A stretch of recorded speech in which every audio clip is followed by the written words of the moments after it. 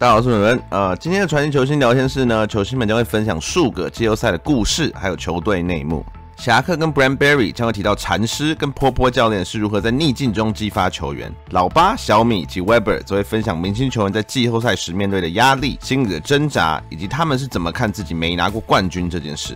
话不多说，我们立刻开始。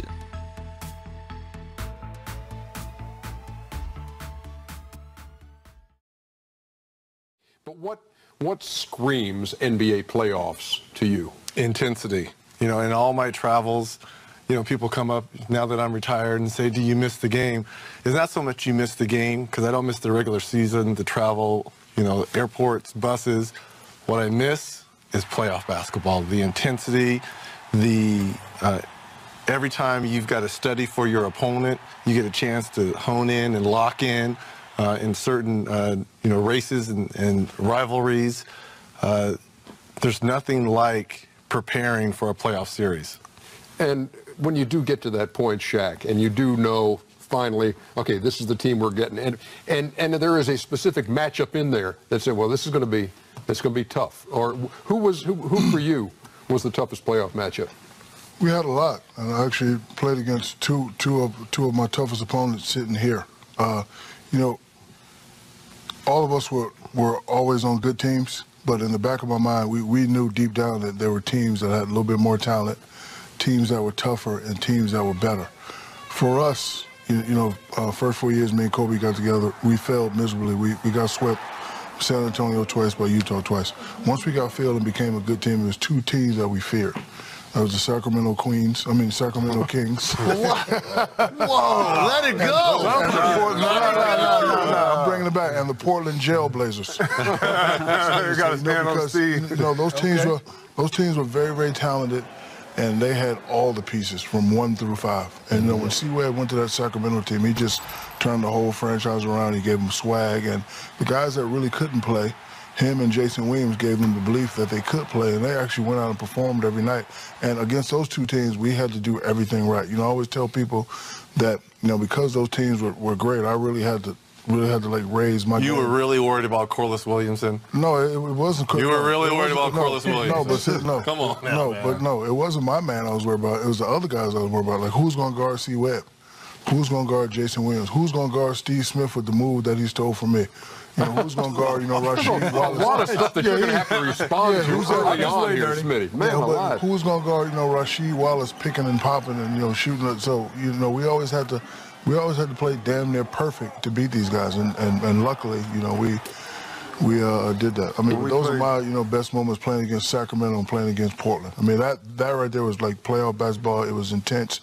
The way the game is played now, I'm gonna go on the record and say it was soft. When we all played, it was a little bit hard, but before us, that was really playoff basketball. I think y'all all hit it, the intensity.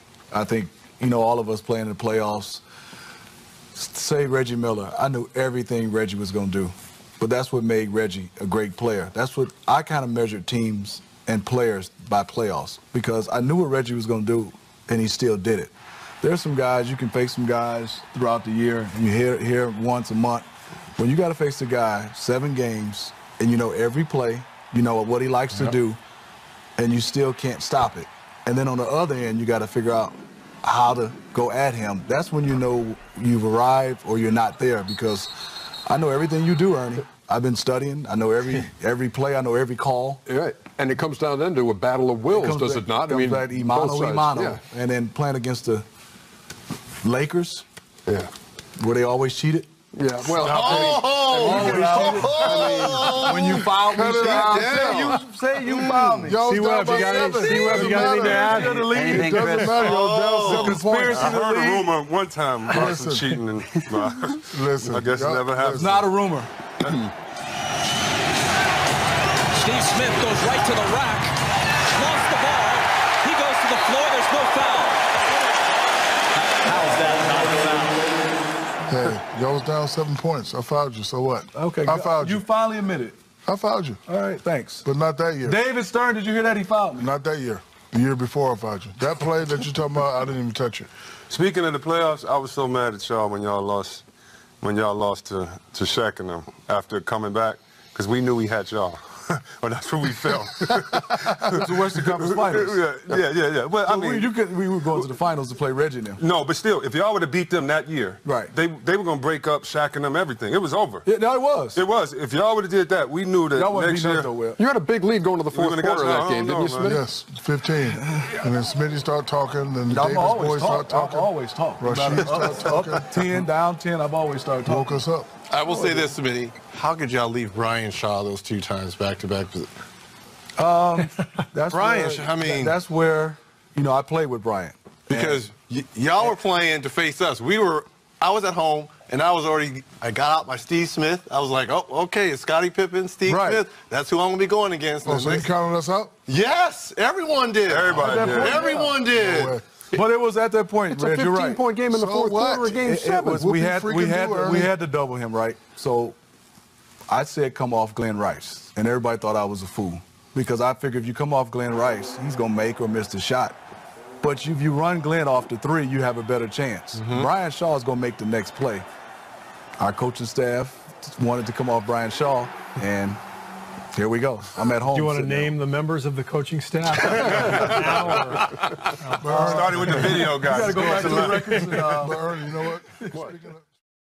Speaking of coaches, we talked about this on the earlier show. We were down 15, and Phil, a lot of coaches, they he was panicked. nervous. No, he wasn't nervous. He No way. panicked. He did not panic. He panicked. He didn't panic. A lot of coaches in that situation, you can see the panic in their eyes. You can hear the panic in their voice. He came in and said, okay, guys, we had a great season. Maybe we're not ready for this team. I'll see you guys next year. And then he just went back out. And then we started looking at each other like, what? Oh, you can't? No, hell no. Bryant to Shaq. Because I admit, I thought that, it was probably over too, but then. So is it okay that we thought that too then? You were like, you counted us out? Even you thought that. I said You we. said it. I said we as a team, not me. I apologize. When the playoffs start, there's so much energy and intensity going on, but it just ramps up every round you go. But the thing that makes that energy so high and your adrenaline, when you lose, it's like a death in the family. Now, the finals are a whole different animal. You never get over losing the finals. You never get over that. But when you play basketball every day since October, when you lose, let's say, the second round of the playoffs, you're kind of like, wow, what do I do tomorrow? It's a shock. You got a ring with Pop. What stands out about that? One thing, like Shaq was just saying, there's just never a nervousness about it because he has an understanding of what makes everybody go. And when we're not on the same page, he knows exactly kind of what paragraph to pick out so that we're back there pretty quick. And he does play the same psychological games, I think, that Phil would play, like Shaq was mentioning, in order for you guys to find really what your center is. And that's about doing your job and just having accountability. And that starts from day one of training camp. The message just doesn't change all year long. It's a process until it's the end of the process. And then when that one's done, we'll worry about the next one. But it's always the same message every day that we're just trying to get better and play for one another. And if we do that, we'll give ourselves the best chance to win. If you don't mind, Ernie, I want to ask Shaq and Charles and Webb and Reggie, being star players and having the responsibility of your team, and you lose the season, do you feel like you carry around more than what, in my situation, as a role player? And it was the off season. You carry more because, us 3 guys are all great players. And, LeBron, I'm not comparing myself to LeBron, but at some point, they'll say they're great, but they didn't win the championship. That was what's going on with LeBron in Cleveland. You sit back. That's probably going to start happening to Kevin Durant from now on. Every year he don't win a championship. He's great, he's leading scorer, he's great, but he never won a championship. So they only said it's kind of a backhanded compliment, to be honest with you. But it's a tough. You just have to live with it. That's just a personal responsibility. No disrespect. They're never going to say, oh, Brent didn't win the championship. But they're like, Charles didn't win it, Reggie didn't win it, C. Webb didn't win it, Elgin Baylor, Dan Marino.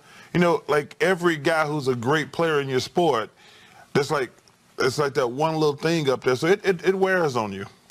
With me, it wears because I wanted to win a championship. But when I hear stories about the great coaches that you guys had, and I had some awesome coaches, but when I hear about stories about how coaches handle things, or I always say this, the best teams have the best role players. Role players relish their job like a championship. And so I just always wanted everyone to take it as serious as I was. That was my only gripe. Like, we're sitting here in film session, I don't know why you laughing. You haven't made a jump shot in the last 10 games and you won't pay attention. You know, so I was like, we all need to take this as serious. Just because you go home and it won't be the same, like Chuck said, is true. But I wanted everybody to have that passion. And I don't know if it's true, but it seemed like on championship teams that, you know, you knew your job was just as important as Jordan, even if it was different responsibilities. But, you know, I just wanted everybody to realize that we're all important. If we're not a good team, we won't win regardless of what's going on. But personally, it's the greatest failure in my career because it's different when you're out front because you have 11 other guys in that locker room looking right back at you, counting on you. And you get all the pats on the back when you make big shots and, you know, you get the big contract.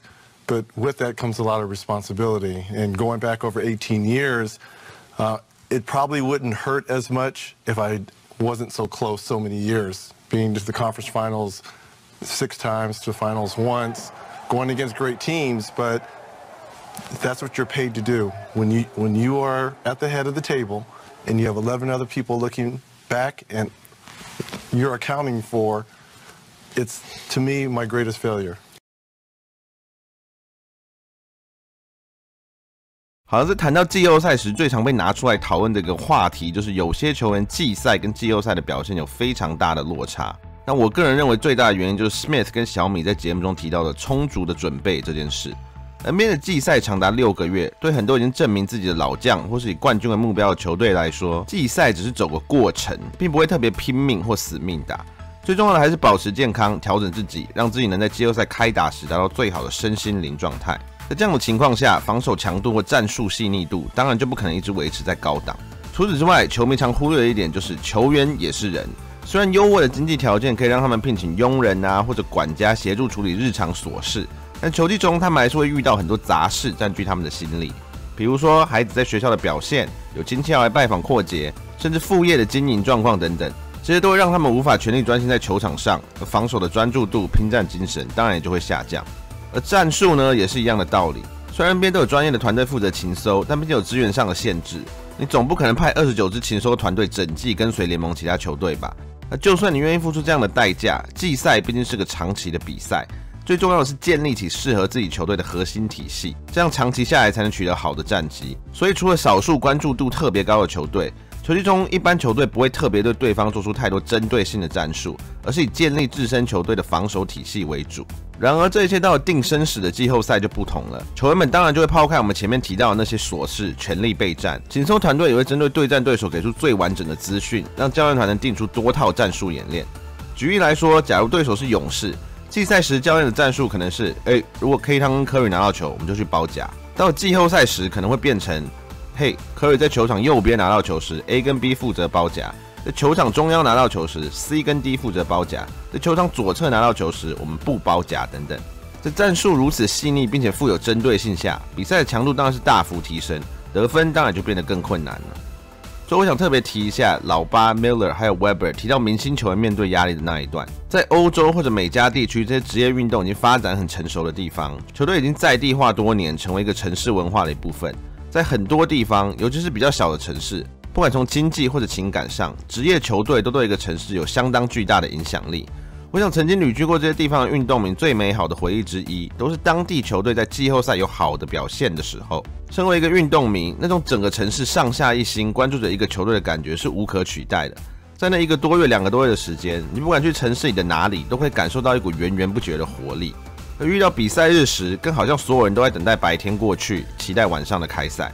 这种感觉就像是中华队有重大国际赛事时，只不过在职业运动，这种气氛可以持续2个月，那你就知道当时大家的情绪有多澎湃。而对于明星球员来说，他们当然能感受到居民对他们期待还有寄望，也会认为自己背负带领一个城市往前走的责任。那失败时的失落还有痛苦，真的不是我们一般人能想象的。那老八在另一支影片有提到92年冠军赛对他的打击，他分享了一些我们一般球迷无法想象的明星球员的内心世界，非常推荐这支影片。